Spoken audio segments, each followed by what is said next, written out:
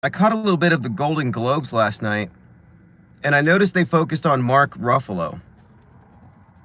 And he was wearing a Be Good pin. And I think a number of other celebrities were as well. Be Good, obviously it's a reference to Renee Good.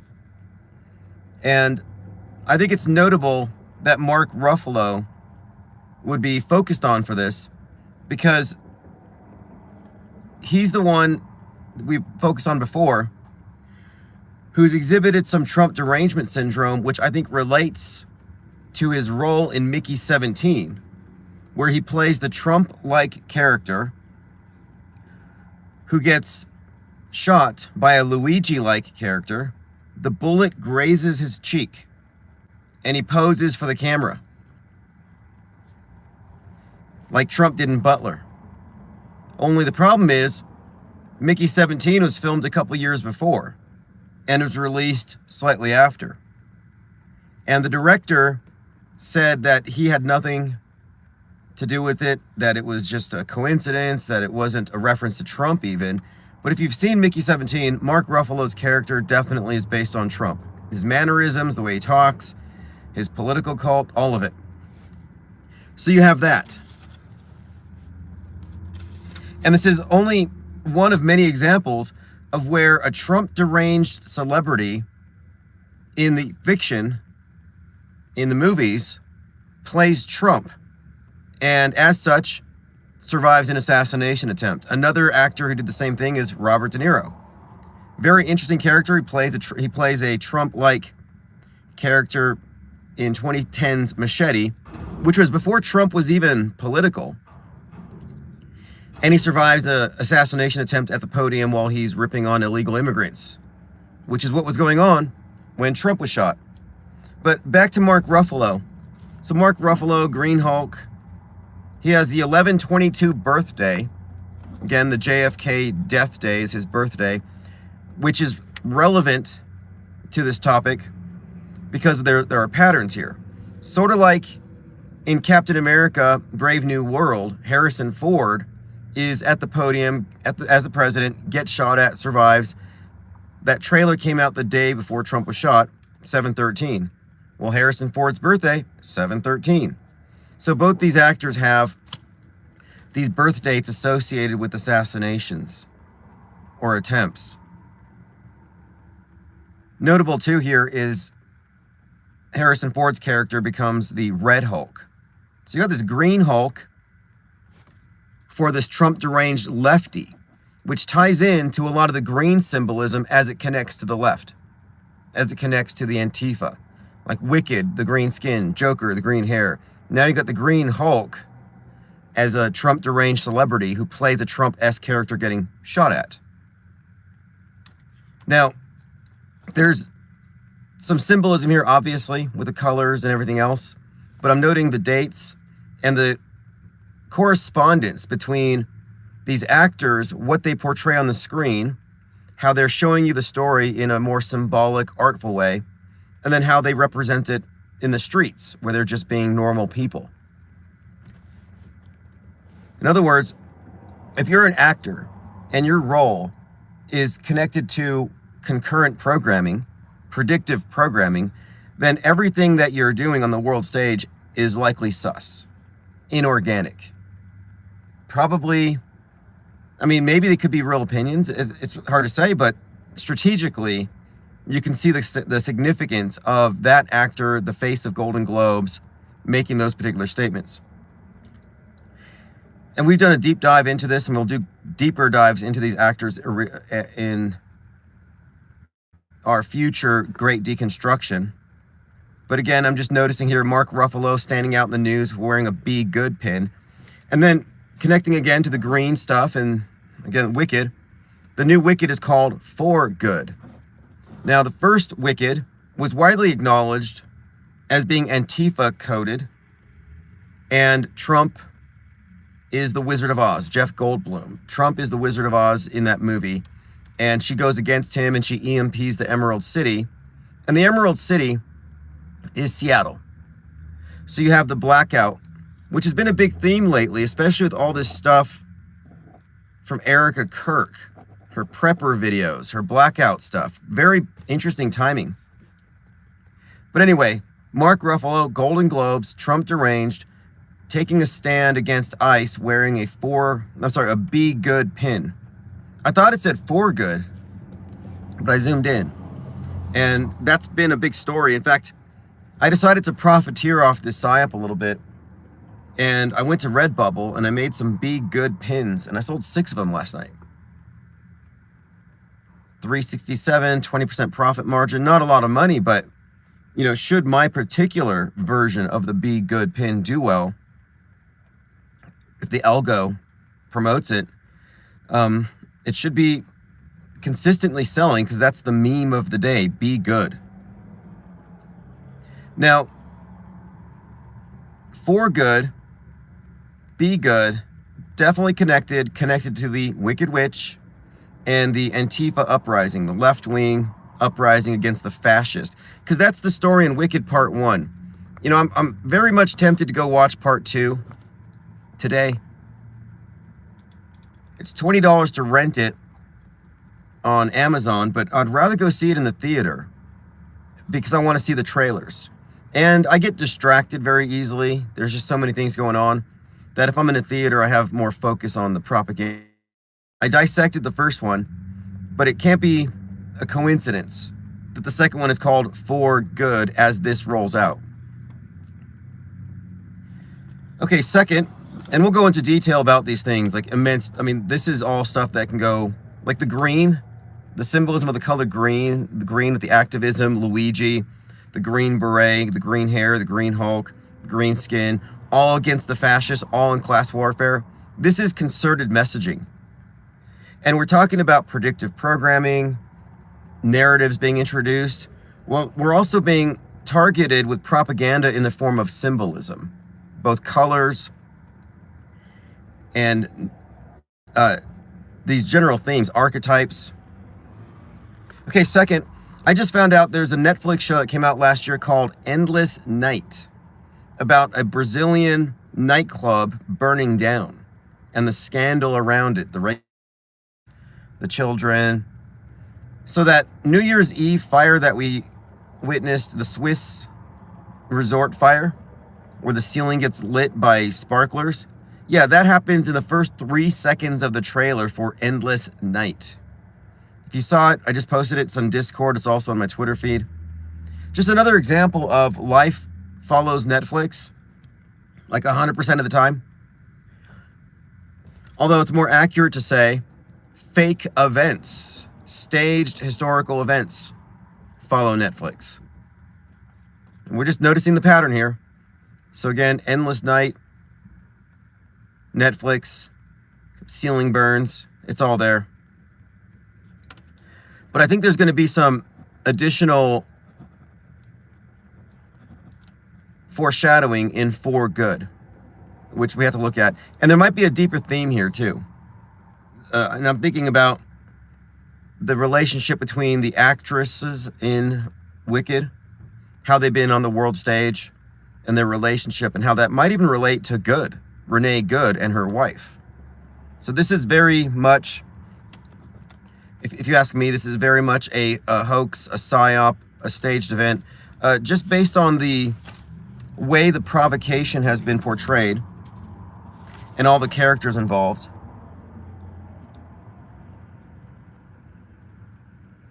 But there'll be more to come. I'm out here, I'm running some errands today. This is the first week of school, and I expect to be back into an office in about a month. And by that time, I'll have a computer. We'll get back to the phones and the 24/7. And once we get that, because when we have open phones, we tend to get a lot more intel, more viewpoints, and that's sort of what we need as we get into the great deconstruction, the breakdown of all these fake events. Also, if you missed the live streams and you're not subscribed, you can still get the latest by going to ips.monster. ips.monster has the 24/7 replay. And I'm going to be uploading the last 2 to 3 live streams. So it's always updating.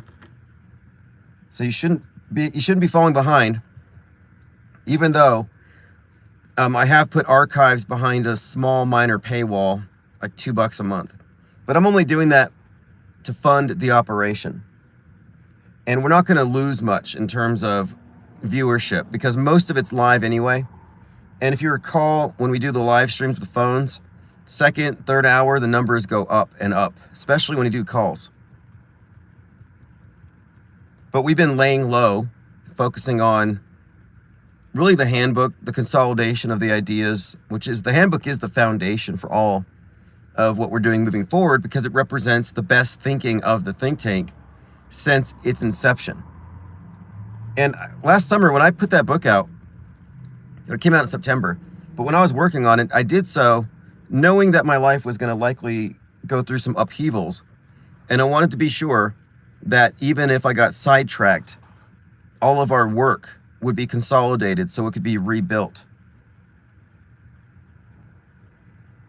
So that anybody could be a mind virus super spreader and foment an auto hoax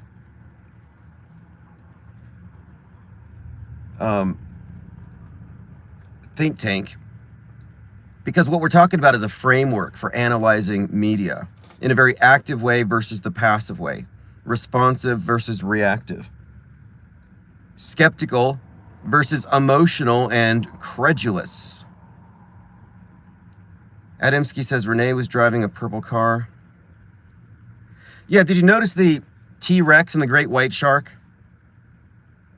Now, both of those might be references to Steven Spielberg, who's been in the news lately because of his upcoming Day of Disclosure.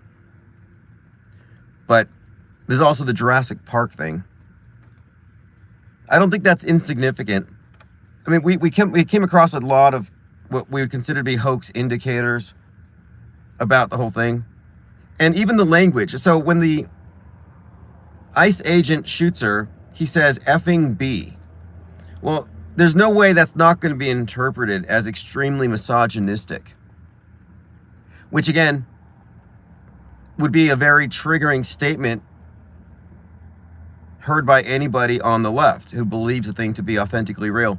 See, I look at this as an engineered event designed to get maximum response.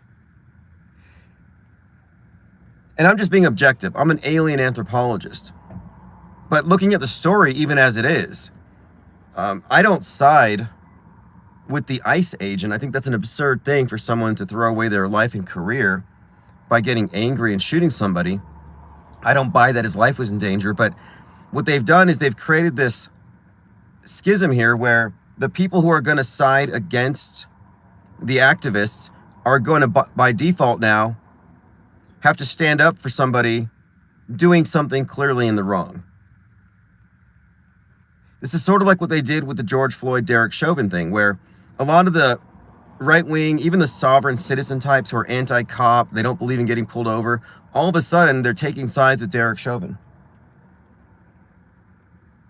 Or they're like, oh, he did nothing wrong, or the other guy overdosed.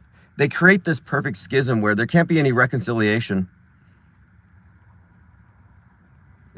It's masterful. This manipulation is masterful. Duet Celeste says, the lefties think the officer felt that she's a woman and should have obeyed him as a man. Yeah, exactly. So they bring up the sexism thing. And I saw the Timberwolves had a moment of silence for her.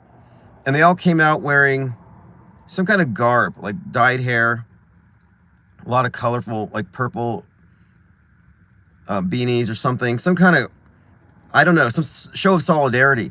But I think that's the whole point of it. Solidarity, group, or rather identity politics. So they had to have her fit this alternate, into group. So in other words, it's not just some woman. Now she's a leftist. She's married to a woman. Now you have this block, because the left builds on identity politics against the monolithic on the right. Appreciate the support. Thirst for truth. Some fuel for the think tank. But we're in a really great position to start off the year. PSYOP-rich environment. Last year was just thick with PSYOPs. And I think we've consolidated our approach, the Discord server reveals this. I took 10 days off, and every day it was just nonstop deconstruction, fake news wood chipper, breaking down the fake events, nobody getting caught up in it as though these things are objectively real. And one of the things that they used to do to try to prevent media skeptics from calling things fake very early on was using shame. Like, oh, you can't say that. What about the victims? Like, well, I'm not emotional about this particular story because I don't trust the media, and they have a pattern of using agitprop, fake events, staged events in order to get maximum reactions out of the sides. And one of the axioms, I think it's number 47, is any event with a perfectly bifurcated, split down the middle response is likely a hoax, because reality isn't always split so perfectly down party lines. And I'm looking on X, and all the NPC main streamers are following along the narratives that they've been given. I see the right ones are, the guys on the right are like, this is what I voted for, praise ICE. And then the left is like, shame, shame, let's walk out of school, let's burn stuff down.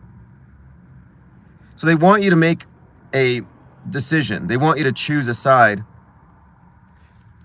And not choosing is somehow inexcusable. And I'm saying, no, you can be non. You don't have to be pro or anti-ICE when you observe and deconstruct these things from our position. You can just be non. If you're a journalist, you should be objective anyway. If you're engaging in deconstruction of a media event and you're not part of politics, you're not engaging in any sort of political activism, you shouldn't even have an emotion attached to it. You should be impartial. And that's what we're doing. It's like in court, we're in the discovery phase. We don't have all the facts. We haven't seen all the angles.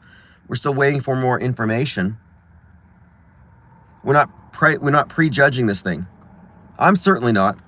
Although I can say, objectively speaking, yeah, obviously you don't escalate and shoot somebody. I mean, I think that would constitute a murder. I think it's kind of crybaby-like behavior. I mean, how many times have we seen BLM activists getting run down by, people caught up on the streets, caught up in the mobs or police, where, you don't die when you're leaning up against a truck or a car and it suddenly accelerates. You just get knocked to the side. I have a hard time thinking the guy felt like he was in danger.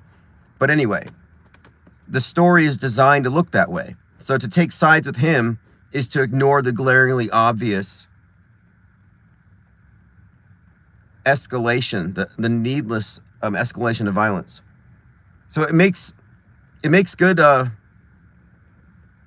politics. I mean, now you have left and right at each other's throats in a way that I don't think we've seen. This is almost worse than the George Floyd thing. And it's just beginning. So now to see a hashtag be good and the celebrities involved kind of tells you, okay, another hoax indicator. And anyone calling it a hoax will be looked at as part of the problem by those who see it as real. But I'm saying again, you can't let them force you into a position. You can't let them coerce you into their bifurcated psywar. You can say, I'm a conscientious objector to the psychological warfare operation. Like, you're immoral, you're bad, you're wrong because you're not emotionally tied into this, because you're not emoting on TikTok. If you're not angry, I got enough of that from the red pillars. Like, oh, you guys just watch Netflix and you're not getting ready to fight the National Guard when they come to your house to put a boot on your face. And ironically, the same people who have in the past, goaded me into like getting a more active response are probably not on the side of Renee Good, but they're on the side of the authoritarians, if anything. I'm curious to hear people's opinions on this thing. That's the problem with being a truther. If you're an alt media truther, you're by default taking sides. And your side is going to be against the mainstream because you're anti-establishment, which is a posture that they take, which is actually false, because the establishment is the mainstream and the alternative media. The establishment is both sides. The only alternative to the establishment is the off-world stage perspective, and that's us. You can prove me wrong on that. Try anyway. Prove me wrong, change my mind, show me where there's a third position outside of their controlled dialectic that isn't us. It's not there. There are some people who are close, but there's usually one or two anti-positions that keep people locked in. Miles Mathis did a piece on it. I think he arrived at the right conclusions, although, I don't know. He suggested that there might have been two different shoots, like two different takes, and that algorithmically they're targeting the sides so each side sees a different thing. And that's possible. It's all about the framing. There's that famous study where people observed a car crashing into a wall. And one side was asked, how fast was the car going when it impacted the wall? And the other side was asked, how fast was the car going when it crashed into the wall? And the people who heard the word crashed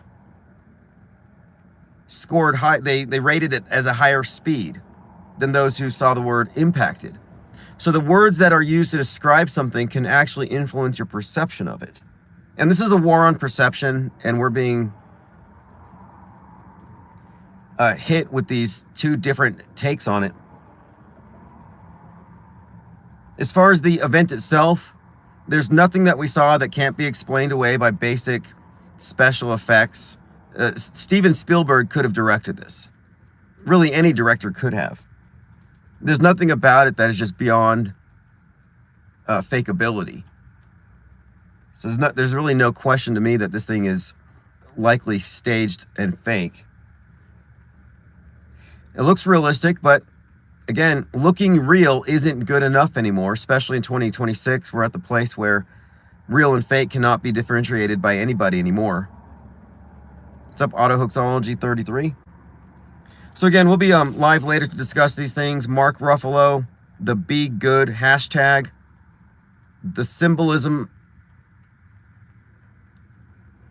with the green, how it coincides with Antifa and this class warfare, oppressed versus oppressor narrative. So like the woke left, green, that's the association. And I guess you would say woke right would almost have to be red and MAGA red, which might explain, again, Captain America and the Red Hulk thing. And then if you remember Butler, Pennsylvania being followed by Hulk Hogan's speech. These aren't coincidental. We're looking at stories being told on multiple levels. And all these stories build up what we look at as history. I mean, history is a bunch of stories with some big overarching story, this big theme. And one of the things that we have been focusing on lately is how the evidence points to the fact that our history is written in advance and it's proactively created. So we shouldn't fall for the error of thinking that the next big event that gets everyone's attention was actually organic, like things suddenly got real. No, they're not suddenly going to get real. This is total control. This is totalitarian in scope. So there's absolutely nothing that can happen on the world stage that should strike us as, oh, that's got to be real because it looks so real. No, it doesn't work that way. Especially not when you're dealing with all these shady characters like legal observers, activists. I mean, where do you think all the money that goes to NASA ends up? You think they're really going into deep space, or is it all involved in the programming of our inner space, the space between our ears? Worldview warfare. So I'm looking forward to how this thing unfolds. Copaesthetic says, I don't know if it was mentioned in the think tank, but Trump declared national emergency on 1/9. Oh, did he? I didn't catch that.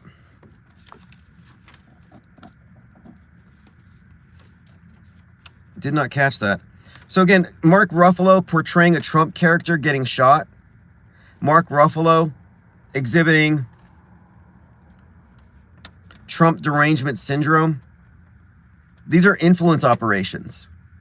And it's fascinating to watch this, though, because the most Trump deranged people are oftentimes the actors who portrayed Trump symbolically in some unflattering light, in ways that are prophetic, prescient, predictive. And if you just got here, I posted it in Discord. There's a Netflix show called Endless Night. And the Endless Night is about a nightclub fire. And the trailer looks like exactly what we saw on New Year's Eve with the Swiss fire. Probably not a coincidence. Again, how often do we point out that we're on Planet Netflix, and if some major big fake event goes down, or some major event goes down, a good indicator as to whether or not it's staged is, did you just watch this on Netflix? Or is it on Netflix tomorrow? There's like a one-to-one relationship there. Now, why is that? Well, it's because Netflix is propaganda. It's no different than the news. It's just done in a more artful fashion, telling the same stories, because we're talking about stories. And what they're doing is they're using the fiction to give us these stories that make the real events seem inevitable. Like, oh, this is obviously what was supposed to happen. This was gonna happen. It was unavoidable.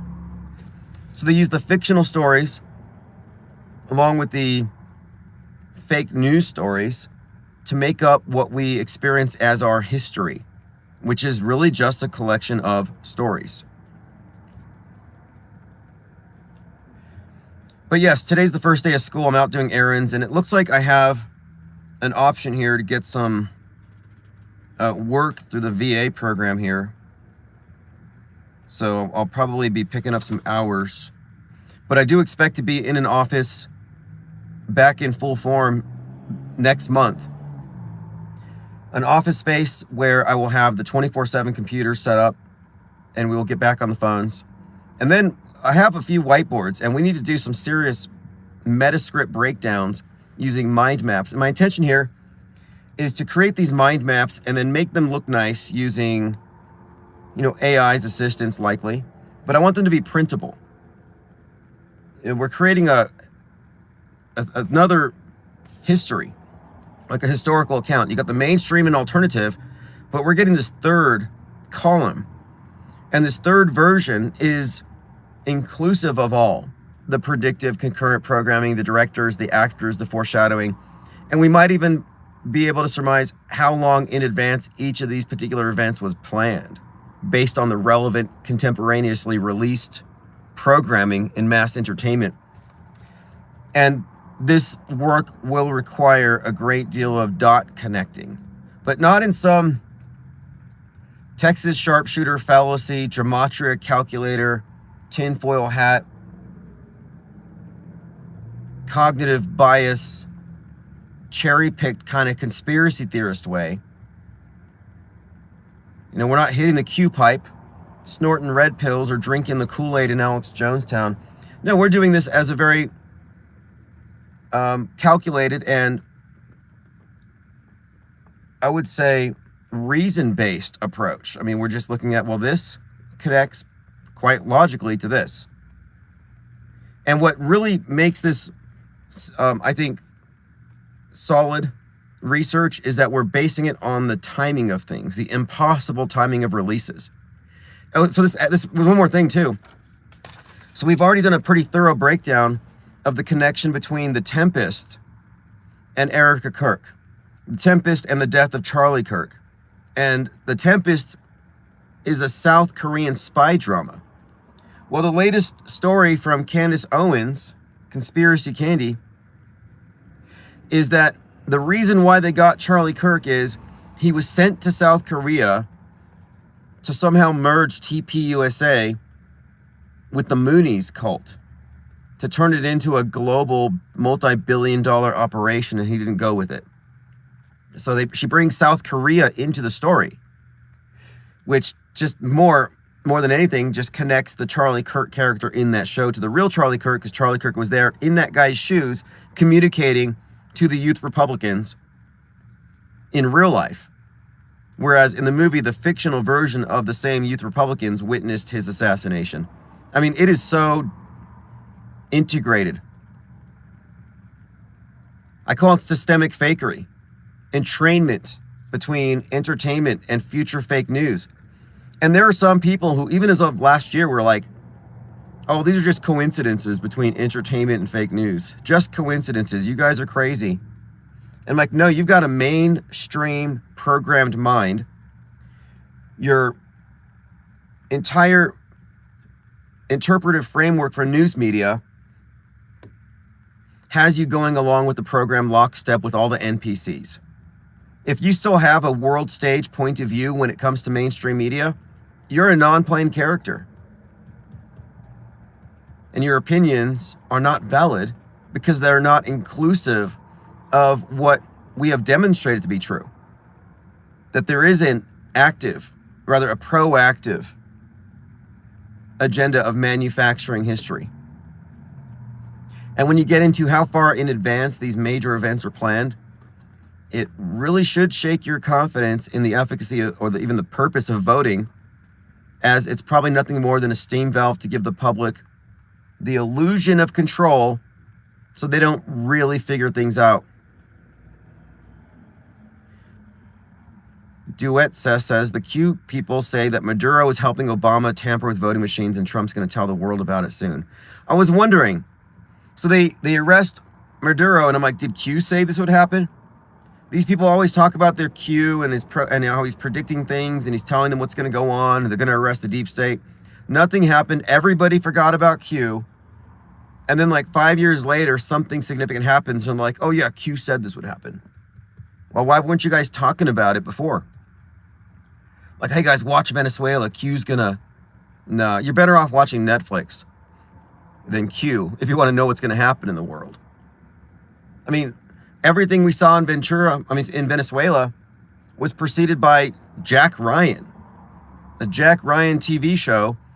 Again, Jack Ryan's a Tom Clancy character. And Tom Clancy is hugely represented in predictive programming in the novels. He's like the Stanley Kubrick of novelists when it comes to predictive programming. But anyway, thank you, Thirst, for the channel support, and everyone else for the non-stop research and comments as we engage in this breakdown. And we're going to be systematizing it very soon. The great deconstruction is about to begin, and you're all a part of it. And this is a permanent thing. It's not like we're just graffitiing the history books and they can clean it up. No, we're creating this, I call it parallel media for a reason. Because the pro and the anti are always going to be locked in this never-ending fight, this tug of war. We're outside of it looking in. And our parallel record is unimpeachable. It's not a matter of opinion or interpretation. It's an objective take on things. Because we are an objectivist think tank in a subjective world. And as we build this up, this structure, it's going to stand on its own merits. I will invite people to deconstruct it. And those who've already reached a certain level of deprogramming on their own will gravitate towards what we're doing, and you will see the think tank will expand as those who see through it enough will recognize that we are the only legitimate platform for those outside of the world stage point of view to operate from.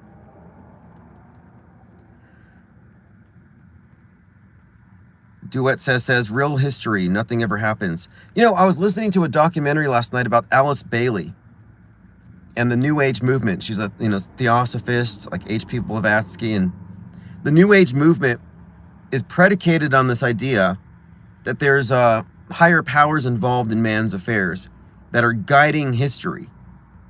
And I used to think about that idea that we're being guided by higher intelligence, that there's something scripting our events in advance.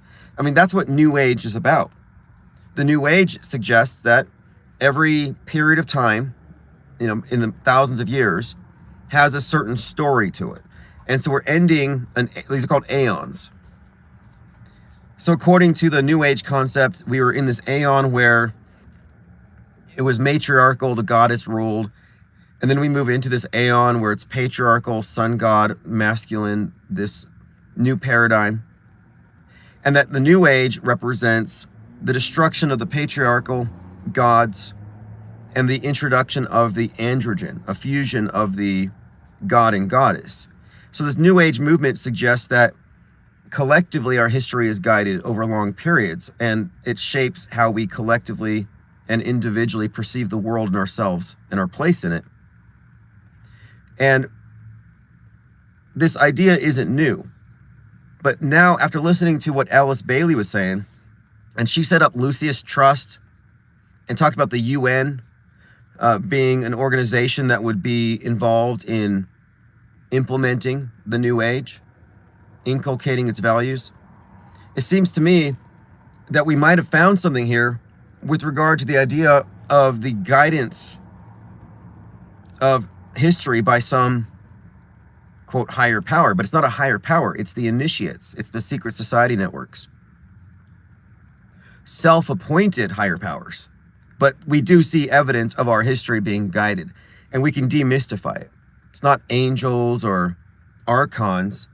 No, it's part of the governmental structure, but we can't really avoid the fact that, yeah, at the core of it, it does seem to have perhaps some spiritual connotations, because it's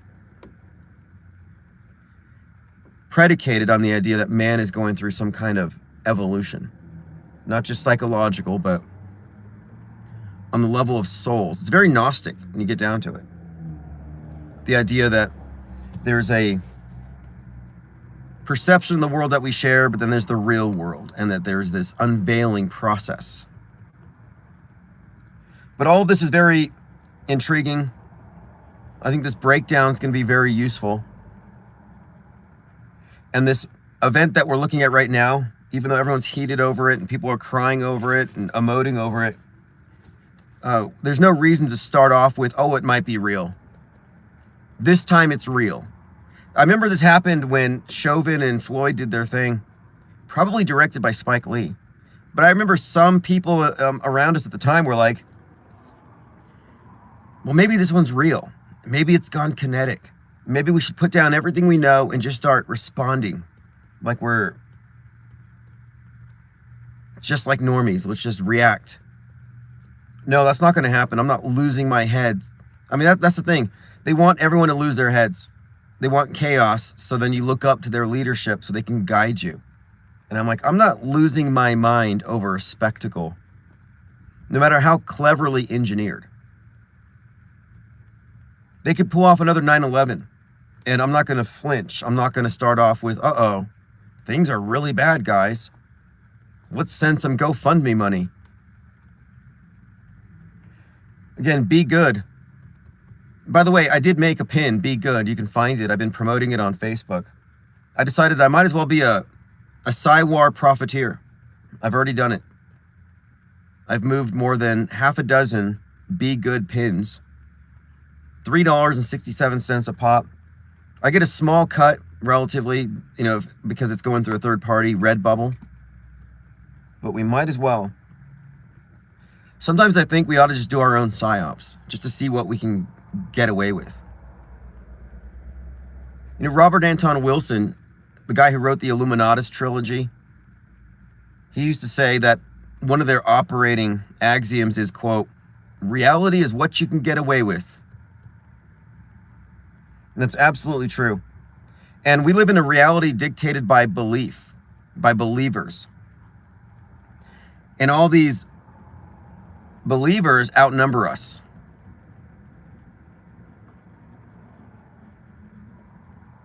They outnumber the thinkers. The believers outnumber the knowers. The followers outnumber the seekers. And the programmers know this. But what the programmers seemingly haven't really accounted for are the deprogrammed. Because the truthers are not deprogrammed. They attempted it, but their attempts were aborted as they get caught up in these controlled opposition cul-de-sacs. They line up behind their Alex Joneses and their Candace Owens, and they never figure it out. But there's no controlled opposition where we are, because they can't touch this. It's outside their purview. It's above their pay grade, and it might even be above their level of situational awareness. Everything seems to be on a need-to-know basis. Does anybody here really think that Stu Peters knows that Charlie Kirk is not dead? No, these are low-level alt media agitators, and it would destroy the entire world stage model if the anti-position people were totally in the know about how fake everything is. It'd be fragile. So to maintain the coherence of their system, they have to maintain a blanket of ignorance, even over the appointed programmers. So for the most part, the programmers are at least 95% programmed, and they're lit in on some facet of the fakery. But there's no great unveiling for the people who are operating on the world stage. I imagine the people who know the full extent of it are very few. The so-called metascripters, those who are directly involved. And then there's us. But we got the information, we got the insider knowledge without having to sign non-disclosure agreements, no blood oaths. We didn't have to sell our souls to get the info.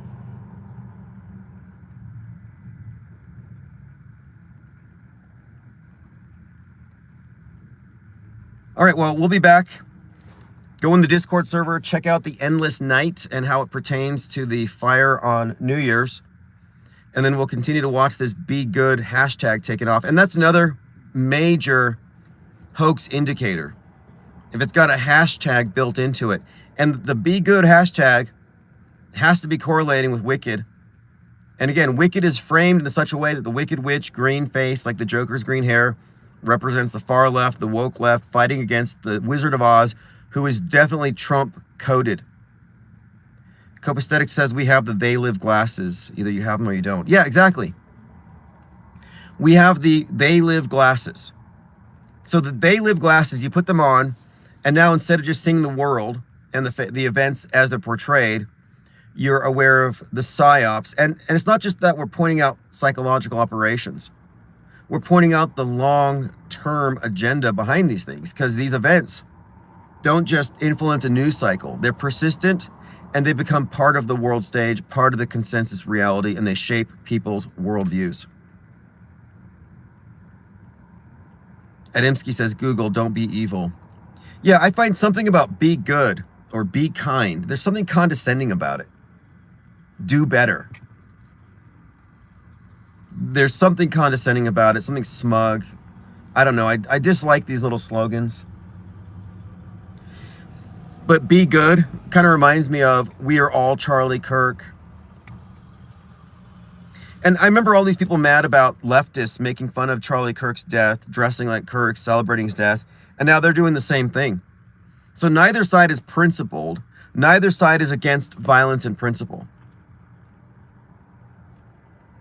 Like on January 6th, on CNN, they were talking about Ashley Babbitt, and they're like, well, she should have stopped. Ashley Babbitt should have stopped when they said stop. That's why she got shot in the neck. She got Charlie Kirked before Charlie Kirk was Kirked. Wrapped in an American flag. Trying to take back her country, gets shot in the neck. January 6th, CNN is like, well, she should have stopped. And the next day, they're like, that ICE officer had no business shooting her. And the right's like, well, she should have stopped. Again, this perfect split down the middle, this schism they highlight, is a major indicator of it being fake. It's the dialectic, the poles, the black and the white, the political horseshoe. They activate this thing all the time. Autohoaxology says some are sporting the Obey label. Hey, you know the Obey, I guess it's a tag, or it's a logo. This is an image of like Andre the Giant. It says Obey. The guy who designed that also designed the Obama Hope poster. And in Leave the World Behind, there's that scene which many of us noted and shared where Rose and her brother are standing side by side, and he's wearing the shirt that says obey, and then her shirt says NASA. Like, not so subtle. Leave the World Behind is very ham-fisted when it comes to its messaging. It's not so subtle messaging, which makes it a great study. Because if you want to look at predictive programming and the subtle messaging, it's easy to miss a lot of the stuff. But when you watch Leave the World Behind, you can see how calculated it is, because they're very obvious about it. All right, well, we'll continue this conversation a little bit later today and then tonight as things develop. But I just saw the Endless Night thing and Mark Ruffalo, and I thought, okay, those are two major developments. We're going to go deeper into the symbolism of green and wicked and good as it relates to this event. There's quite a lot to unpack there. We'll see you later this afternoon, or see you in Discord. And again, if you haven't been to ips.monster, I made everything very simple. There's 5 links there. You get right into Discord, right into Patreon, right to the Substack, right to the YouTube. And you can listen to the latest replays there as well.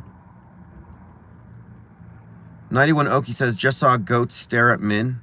You mean the men who stare at goats?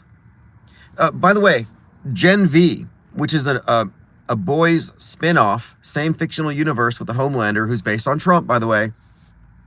We got to look at the birth date of the actor, by the way, who plays the guy Homelander. The actor who plays the assassinated Republican leader in Tempest has Trump's birthday. But anyway, in Gen V, I think it's season 2, episode 4, 2442. There's a goat named Elon, and the psychic levitates it, and then the other one causes it to explode. Which makes me wonder, you know, if the first season of, well, no, it's season 4 of The Boys has a Trump character facing an assassination attempt, and they had to change it and apologize for the title because of the proximity to the Trump assassination, then I think it's reasonable to expect that Elon Musk is going to somehow be a sacrificial goat in some way. Now, I don't know if that means he gets levitated and blows up, like he goes to space and it fails, or what. And also, in the madness, Musk is the character, the billionaire who funds the Nazis online and steals the election and gets killed by Antifa with a ghost gun at the end. Very much Luigi,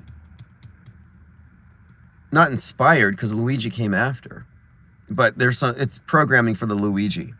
And again, Luigi has been correlated with the character, the video game character Luigi with the green beret.